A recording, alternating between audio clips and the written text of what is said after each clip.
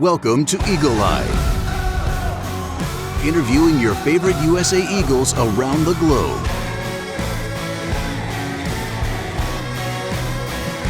Now, here's your host, Bill Baker. Hey everybody, welcome to Season 3 of the Eagle-Eyed Rugby Podcast. Yes, I said Season 3. We've run through 2 quick seasons, lots of interviews, and a lot of fun putting those interviews together for you. This next fall and spring for Season 3, we'll be doing interviews every couple weeks, and some sooner depending on the news and who I can get in contact with. Coming up, we've got Capelli Piffoletti. In the next few weeks, I'll air for you. Chance Mangluski is going to be interviewed. Ryan Mattias, Scott Lawrence, the coach for Rugby ATL. And this week, to kick off Season 3, is Sail Sharks number 10, AJ MacGinty. A lot of people are wondering about his injury and his return, but we'll talk about that in a minute. But first, all this time off, we've actually been really busy.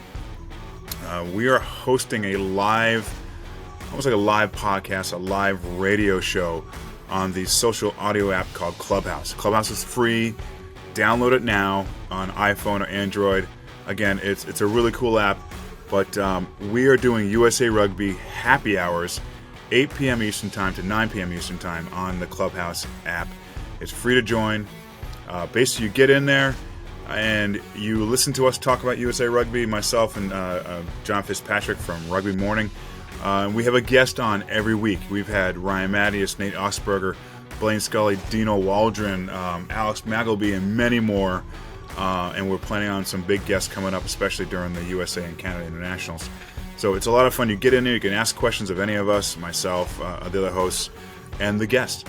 It's a lot of fun. It's nothing like it right now in USA Rugby, and it is free, and it's for anybody of all ages. It's mostly family friendly, pretty much most of the time. Anyway, but with that said, there's no show this Thursday. We will be back the following Thursday, right before the USA-Canada match. Speaking of Rugby Morning a minute ago, do yourself a favor, find Rugby Morning on social media and subscribe to the newsletter. It's a rugby newsletter with rugby news in your email mailbox every morning. Something that you can read over morning coffee to catch up on everything, not just USA Rugby, but about podcasts that are doing interviews in USA Rugby or other interviews around the world, and news, everything from World Cup to Lions Tour, everything else that's current men's and women's rugby. So check out Rugby Morning online and social media and subscribe to the email. You will not regret it. All right, let's get right into it. Episode 1 of Season 3, AJ MacGinty. It's a quick 10-minute or so interview. We touch base and talk about that injury that took him out of not just the Sail Sharks Premiership playoffs, but the USA Summer Internationals, which we were all excited about, and I'm sure we were all down about once we found out AJ was out. Turns out the injury wasn't that serious. I mean, any knee injury sucks, but it wasn't as bad, say, like a torn ACL or something like that. So he talks about that recovery and talks about getting back into camp with Sail, and more important to us over here, he talks about getting into camp next week and joining the boys getting ready for Canada to defeat Canada. So anyway, it's a quick interview. AJ's great. Hope you enjoy it.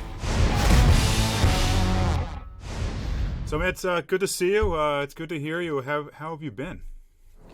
Yeah, doing well, thanks. Obviously, it was disappointing not to be involved in the summer, but I kind of had the 5-week break, so I was able to get the body right, get my knee back in shape. Yeah, just pretty got away from a bit. I think towards the end of the season, just all very, very intense. Yeah. Obviously, getting into the playoffs, and there was a lot of rugby played over the last 2 years. So I think the break was nice and just raring to go. I've got back into week 4 pre-season now, so it's been really enjoyable. Loving what we're doing, and happy to be back fit and healthy.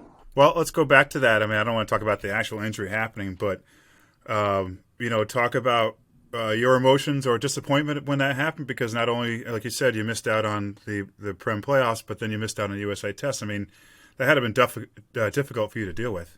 Yeah, definitely. I think, at the time that it happened, I just I knew it wasn't good, and obviously the magnitude of sort of that time of year, the rugby you want to play, I knew straight away that I wouldn't have been right for the follow up game, the return fixture against Chiefs, and then the kind of had my fingers crossed. The way it felt, I didn't think I'd be back in for the US either, but I was wishful thinking at the time. But to be honest, it turned out to be not as bad. Like, I still required surgery, but in terms of all the things you can do to your knee, tearing your meniscus is probably the best thing, and the medial side as well. And it was, to be honest, I'd gone in at half time. I'd felt something pop in the first half, so I was sort of in my head to strap it up in the second before we went out in the second half, and I didn't. And then just the last few seconds it just gave way. So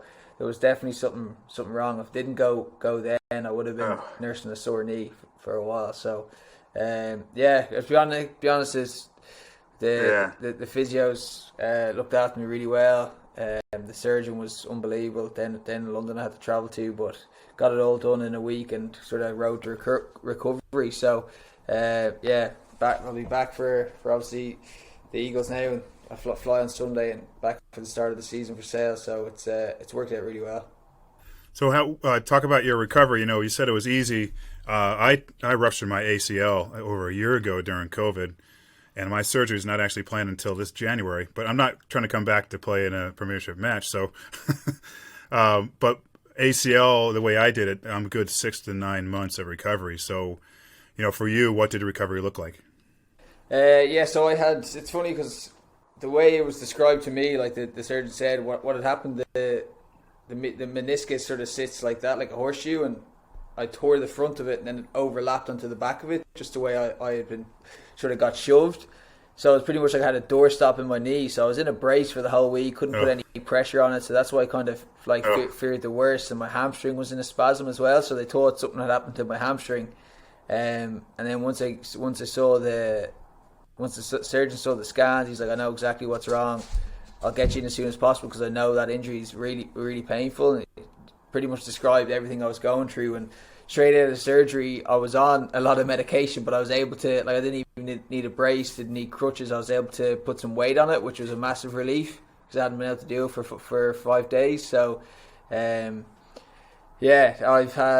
was straight out of the brace. I sort of had a crutch to walk with for a few days, and then I just got rid of that and started weight bearing. And it's crazy how sort of much your muscles sort of deteriorates, or the muscles in your leg will deteriorate just from five days of not using your leg at all. So it was a bit of a muscle atrophy there that I had to fix up, and a lot of lower body exercises. So kind of continuing along, still do plenty of the work sort of for knee mobility, ankle mobility, just to strengthen tendons, ligaments, muscles, everything. So I guess it was probably a weakness that I'd probably been carrying, and sort of this happened, and now it's sort of an area that I've been focusing on, just that lower body strength and mobility. So obviously very, very important, sort of some of the collisions or contacts you get yourself into. So I got back running about 4.5 weeks after, just light stuff, and then when pre-season started,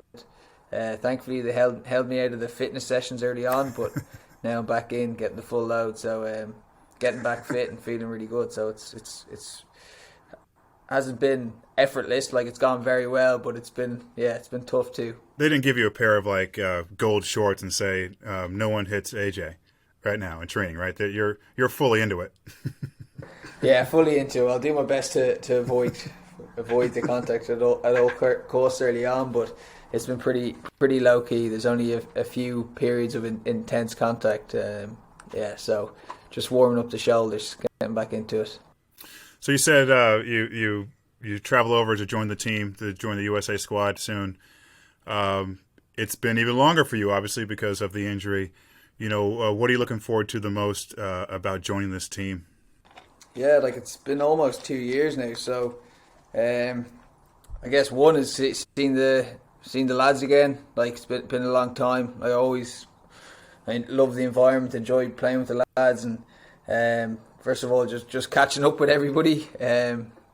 it's been a long time coming. You can only text people so much. So yeah, just been back in the environment. Obviously, new like lot of new faces as well. A lot of new guys that I have to get to know, and just back playing with them too. So I guess in the last 2 years, I've definitely developed and grown as a person. So sort of the experiences I've had over the last 2 years, and definitely in a better place professionally from sort of the finish up of the last World Cup to now, and hopefully I can bring some of my experiences into the squad as well, which I'm excited about. And then linking up with the new coaching staff too, new attack coach, new D coach. So yeah, I'm really excited about getting back in the mix. There's some more depth now at number 10. I'm sure you watched the matches. What do you think of the performance of, say, Luke Carty, other boys like that? I thought he went really well. Like, it's like, bloody hell, I remember my debut was against Samoa, and it was very difficult. But Luke's been in professional environments. Obviously, he just had success there in LA, and I caught up with him sort of before he went into camp, and we had a chat around the stuff that, I don't know, just stuff that I experienced going into the camp and what to expect. And yeah, he's a very talented player, and he's still young, so he's got a lot of development and a lot of potential. So it's definitely exciting for him to be in the camp, and it's brilliant for him on sort of his rugby career, his rugby journey, going to LA and then being called into the US squad. So I'm sure he's going to add plenty to the environment too. And yeah, it's like the more competition, the better for us. And that's what we're, I guess, driving in the environment, this sort of support and the challenge. And we can support each other, but also push each other at the same time. So like the number one goal is just constant progress for me. Like, love the challenge, love learning new things. So yeah, I'm really excited about it. Is there any kind of wisdom where you can share with someone like Luke about maybe the way you play? Or do you try to, obviously everyone plays a position differently, but is there a part of your game that you try to share with the other players, say, as a playmaker? Yeah, I guess so. I guess it's definitely easier to do it sort of on the training ground, sort of different scenarios or different looks like that a defence might give you, or sort of scenarios where things aren't going as smoothly, and ways to put yourself in better areas to sort of put the pressure back on the opposition. So yeah, that's something that I feel like would definitely help him with. And Steve Brett coming in, he's played fly half before. Or not before, he had a long career at fly half.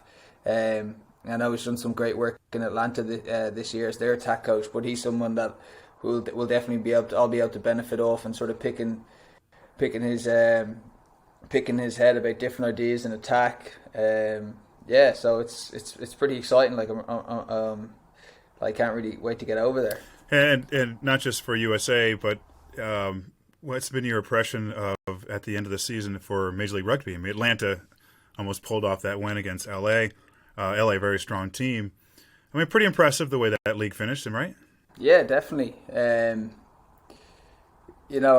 Obviously, I would know a few people involved in Atlanta, and I know Scott Lawrence is heading that up, and I've had experiences with him. So for them to sort of make it, obviously they'd be disappointed not to go the whole way, but I think it's a pretty brilliant setup they have down there, and it's run really well. And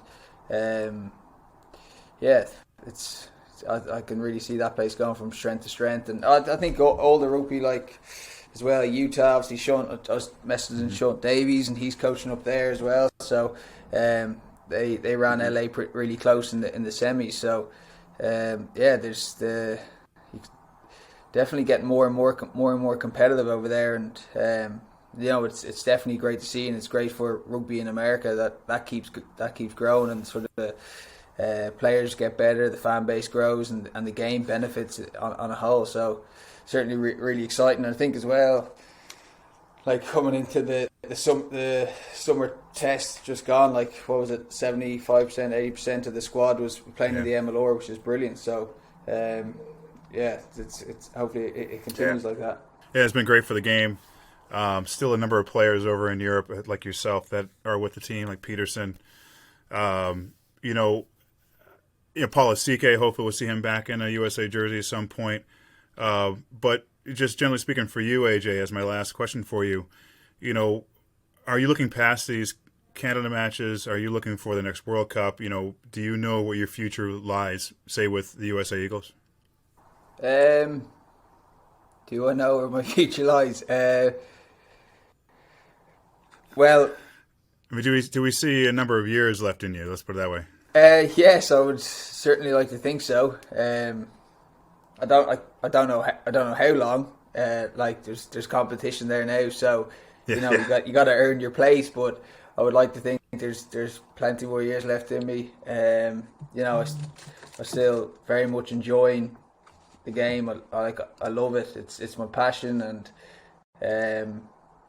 I would like to do it as long as I can, really. So I think that's sort of the important side of sort of your professionalism and looking after yourself. So you give yourself that opportunity to make the most of it, because it's not a sort of, sometimes it doesn't last as long as you want it to. But I still feel pretty young. Body's feeling good. So yeah, I haven't sort of looked at it like, I could be finishing soon. I see myself going to the next World Cup. For sure, and probably another World Cup after that. We'll see. Well, I'm sure I share the same sentiment with many Eagles fans, rugby fans in general. We hope to see you around for a couple more World Cups, and we hopefully you make a great comeback with Sale. Good luck to the team, and good luck to the USA squad, and we hope to see a crowd in the stands for those games too. Yeah, thanks very much, Bill. I appreciate it. I think everyone's raring to go for these Canada games, and it's going to be pretty exciting getting back together and sort of setting out our stall for contention for the next World Cup. So everyone's raring to go. All right, sounds good, AJ. Hey, listen, thank you again for joining me. It's been a great little talk, and again, good luck. Yeah, I appreciate it.